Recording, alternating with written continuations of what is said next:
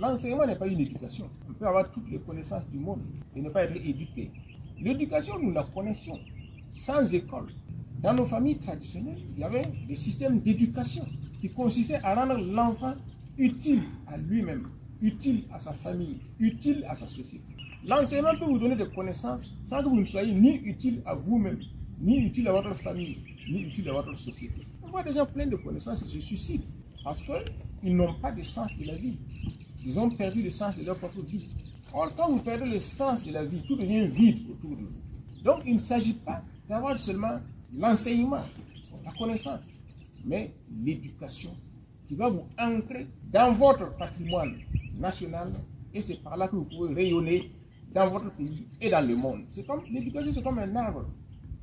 L'arbre pousse par les racines, le tronc et les feuilles rayonnent et les gens peuvent récolter les fruits. C'est ça l'éducation. Vous savez, dans l'évolution du monde a connu plusieurs étapes. Il y a eu une étape où les plus forts étaient les guerriers, les combattants, comme les gendarmes qui sont ici. Ce temps est passé. Les dominateurs du monde actuel, c'est ceux qui ont la puissance économique. C'est pour ça que vous voyez des pays comme les États-Unis, etc., qui dominent le monde. Nous sommes en train de glisser vers une autre étape. Et dans cette étape, ceux qui domineront le monde seront ceux qui auront la connaissance. C'est ceux qui auront la connaissance. Au temps de Thomas Sankara, il y avait ce qu'on appelait les pionniers. Et aujourd'hui, parmi ceux qui ont survécu, et parmi ceux qui portent haut le flambeau de la lutte actuelle, ce sont les anciens pionniers de la révolution du temps de Thomas Sankara.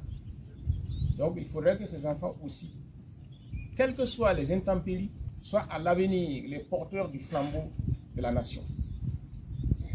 Vous savez que le chef de l'État a délivré un discours important hier. Je vous invite donc à vous en imprégner, à en prendre possession et à faire de ce discours un guide pour nos actions futures. Il a notamment parlé des traîtres de la nation. Comme vous savez, depuis que le président Traoré est là, il y a eu sans cesse de tentatives de déstabilisation, dont beaucoup, la plupart visent l'assassinat particulier du président Traoré, qui est leur bête noire. Pourquoi? Tout simplement parce que, comme au temps de Thomas Sankara, le chemin que nous avons pris remet en cause beaucoup de choses. Ne serait-ce que le Fassodan Fani que nous voulons promouvoir, ça fait des marchés en moins pour les industries du textile. Les mets locaux que nous voulons promouvoir, ça fait des marchés en moins pour les industries alimentaires internationales.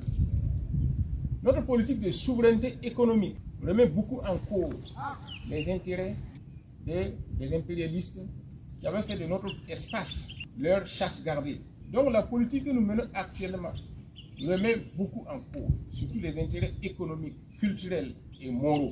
Nous sommes parvenus à démontrer que l'Occident n'est plus indispensable à la marche de ce monde, parce que d'autres puissances ont émergé et supplombent les puissances occidentales. C'est ce que nous avons démontré avec notre politique diplomatique actuelle, qui réside dans la diversification des partenariats. Et tout cela ne plaît pas aux anciens maîtres de nos espaces. Voilà uniquement la cause de tous ces troubles qui sont provoqués. Et pour cela, ils sont prêts à débourser des dollars, des euros, pour parvenir à leur fin. Mais si nous tenons bon, si nous avons conscience de ce que nous faisons et de où nous allons, nous devons pouvoir résister à tout cela. C'est pour ça que le président a invité dans son message à ne pas être des traîtres à notre pays. Donc, cette deuxième phase des journées d'engagement patriotique et de participation citoyenne a commencé le 2 octobre, date symbolique de la prononciation du discours d'orientation politique par le camarade président du capitaine Thomas Sankara. Je suis presque sûr que beaucoup d'entre vous ici ne l'ont jamais lu. Peut-être que certains n'ont jamais entendu parler de ça même. Alors, nous avons reproduit ce discours en plusieurs exemplaires et vous pouvez vous en procurer en vous adressant au service de la primature. Je crois que le directeur de cabinet, ici présent, et le conseiller spécial d'Amiba, ici présent, si vous les contactez, ils pourront vous en donner des exemplaires. J'invite chaque chef de famille à avoir au moins un exemplaire de ce discours. Il ne suffit pas de l'avoir comme décoratif et faire valoir, mais de l'avoir, de s'en approprier. Sinon, vous ne pourrez pas comprendre non seulement la marche actuelle de notre peuple, mais la marche du peuple africain et du monde. Cela m'amène, n'est-ce pas, à un autre sujet, qui est la rentrée scolaire, qui a commencé le 1er octobre. Donc je souhaite, n'est-ce pas, que vos enfants qui vont aller à l'école, aillent à l'école pour apprendre non seulement à lire, mais aussi la connaissance et l'éducation. Parce que nous avons toujours dit, vous savez, nos ministères avaient été transformés en ministère des enseignements. Donc, personnellement, j'ai toujours combattu ça. Pour qu'on revienne au ministère de l'éducation. L'enseignement n'est pas une éducation. On peut avoir toutes les connaissances du monde et ne pas être éduqué. L'éducation, nous la connaissions sans école. Dans nos familles traditionnelles, il y avait des systèmes d'éducation qui consistaient à rendre l'enfant utile à lui-même, utile à sa famille, utile à sa société. L'enseignement peut vous donner des connaissances sans que vous ne soyez ni utile à vous-même, ni utile à votre famille, ni utile à votre société. On voit des gens pleins de connaissances qui se suicident parce qu'ils n'ont pas de sens de la vie. Ils ont perdu le sens de leur propre vie. Or, quand vous perdez le sens de la vie, tout devient vide autour de vous. Donc, il ne s'agit pas d'avoir seulement l'enseignement, la connaissance, mais l'éducation qui va vous ancrer dans votre patrimoine national et c'est par là que vous pouvez rayonner dans votre pays et dans le monde. C'est comme l'éducation, c'est comme un arbre. L'arbre pousse par les racines, le tronc et les feuilles rayonnent et les gens peuvent récolter les fruits. C'est ça l'éducation. Donc je vous demande, n'est-ce pas, de contribuer à l'éducation de vos enfants. Que vos enfants ne soient pas comme des simples pintables, n'est-ce pas, qui vadrouillent sans repère. Un enfant bien éduqué circule bien sur la route. Il ne circule pas n'importe comment. Un enfant bien éduqué respecte ses enseignants et ses supérieurs. Un enfant bien éduqué respecte ses parents. Le président l'a dit. Le président a dit que lui-même, il avait les marmites de sa maman. Moi aussi, je l'ai fait. Parce que dans ma famille, les 3 premiers enfants étaient des garçons. C'est les filles qui sont venues par la suite. Mais il fallait aider ma mère dans ses travaux. Donc nous faisions des travaux féminins. C'est ça l'éducation. Dans l'éducation, il n'y a pas de honte. Parce qu'il n'y a pas de sot métier. Il n'y a que de sottes personnes. Donc je vous demande, n'est-ce pas, de contribuer à l'éducation de vos enfants. Il y a des parents, une fois que l'enfant est à l'école, là, on le laisse aux enseignants. Les enseignants n'éduquent pas les enfants. Ils leur donnent des rudiments de connaissances. C'est à vous, dans les familles, d'éduquer vos enfants. Et vous-même, vous devez vous éduquer. Si vous n'êtes pas éduqué, quelle éducation vous allez donner à vos enfants? C'est pour ça que je vais vous dire une chose. Je vous invite à ne pas être en retard dans l'histoire et à avoir la connaissance. Même vous, les journalistes qui êtes jeunes ici, là, si vous n'avez pas la connaissance, je lis parfois dans les journaux, où vous racontez des choses, croyant savoir, alors que c'est faux, les fondements nous sont faux. Mais et vous induisez les autres en erreur. Parce que, vous savez, quelqu'un qui n'a pas la connaissance, c'est quelqu'un qui est résigné, qui ne comprend rien au monde. Alors il a recours aux superstitions, au maraboutage, aux fétiches, qui n'ont aucun effet. La preuve est que nos grands-parents, malgré leurs fétiches, là, ils n'ont pas pu empêcher les colons de venir nous canarder ici. Et actuellement, là, les terroristes qui nous massacrent avec des fusils mitrailleurs, là, mais où sont nos féticheurs qui ne peuvent même pas les détecter et qui ne peuvent pas résister face à eux? Donc, ce sont des éléments de l'obscurantisme dus au manque de connaissances.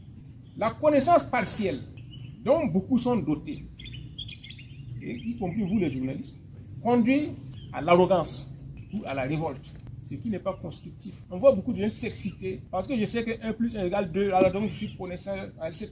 Ce n'est qu'une connaissance qui n'est pas constructive, qui conduit à l'arrogance ou à la révolte. Mais la connaissance parfaite, ce que je veux que vous acquériez, conduit à la révolution. La révolution n'est pas une révolte. Celui qui est révolté contre quelque chose, mais il ne sait pas quel est le chemin qu'il faut prendre pour régler le problème de sa révolte. Le révolutionnaire est révolté contre un système qu'il veut réparer et il sait le chemin qu'il faut prendre. C'est ça la différence. Et seule la connaissance parfaite des choses, de l'environnement, de l'histoire, peut vous conduire sur le chemin de la révolution. Mais la connaissance plus que parfaite vous conduit sur le chemin de la sagesse. Quand on parle des sages, des prophètes, ce sont des gens qui ont acquis la connaissance plus que parfaite. Donc la voie de la connaissance est un long cheminement que seuls les persévérants peuvent atteindre. Bon, madame ici est maître de conférence, elle peut vous dire le chemin qu'elle a parcouru pour être maître de conférence. Et ce n'est pas encore le bout du chemin. Donc c'est pour vous dire que s'engager sur la voie de la connaissance n'est pas chose aisée, mais c'est la voie dans laquelle vous devez vous mettre si vous voulez être utile à vous-même, à votre famille, à votre société et à l'histoire. Donc à l'occasion de cette rentrée et à l'occasion de l'anniversaire du discours d'orientation politique, je vous engage à cela. Il y a beaucoup de gens qui ne comprennent pas ce que nous faisons parce qu'ils n'ont aucune connaissance. Ils n'ont pas la connaissance de l'histoire, des faits sociaux, etc. Pourtant, vous avez appris à lire. À partir du moment où on a appris à lire, le reste du travail, c'est soi-même qui le fait. C'est soi-même. Bon, comment je vais dire, moi je loge, n'est-ce pas, sur l'avenue Ousmane Sambène, que vous connaissez tous, pour avoir été le premier cinéaste francophone. Ousmane Sambène n'avait que le certificat d'études primaires. Le reste du travail, il l'a fait lui-même. Nous avons tous étudié L'Enfant Noir de Camara Lai. Camara Lai n'avait que le CAP, mais il a écrit un classique littéraire. À partir du moment où vous avez appris à lire, à savoir que 1 plus 1 égale 2, BA, ça fait bas. Vous avez les prémices et les fondamentaux pour aller plus loin par vous-même. Le reste, c'est la paresse qui tue tout. Donc, je vous invite, n'est-ce pas, à vous engager sur la voie de la connaissance et de la révolution, afin qu'ensemble, nous puissions construire notre pays. Vous avez vu, n'est-ce pas, ce qui se passe actuellement sur la scène internationale, où Israël a tué, n'est-ce pas, le chef du Hamas, Hassan Nasrallah, et la réplique est venue d'Iran, située à près de 2000 km d'Israël. Comment les Iraniens ont pu parvenir à ça? Ce n'est pas par le fétichisme, ce n'est pas par les marabouts, ce n'est pas par les incantations, c'est par la connaissance.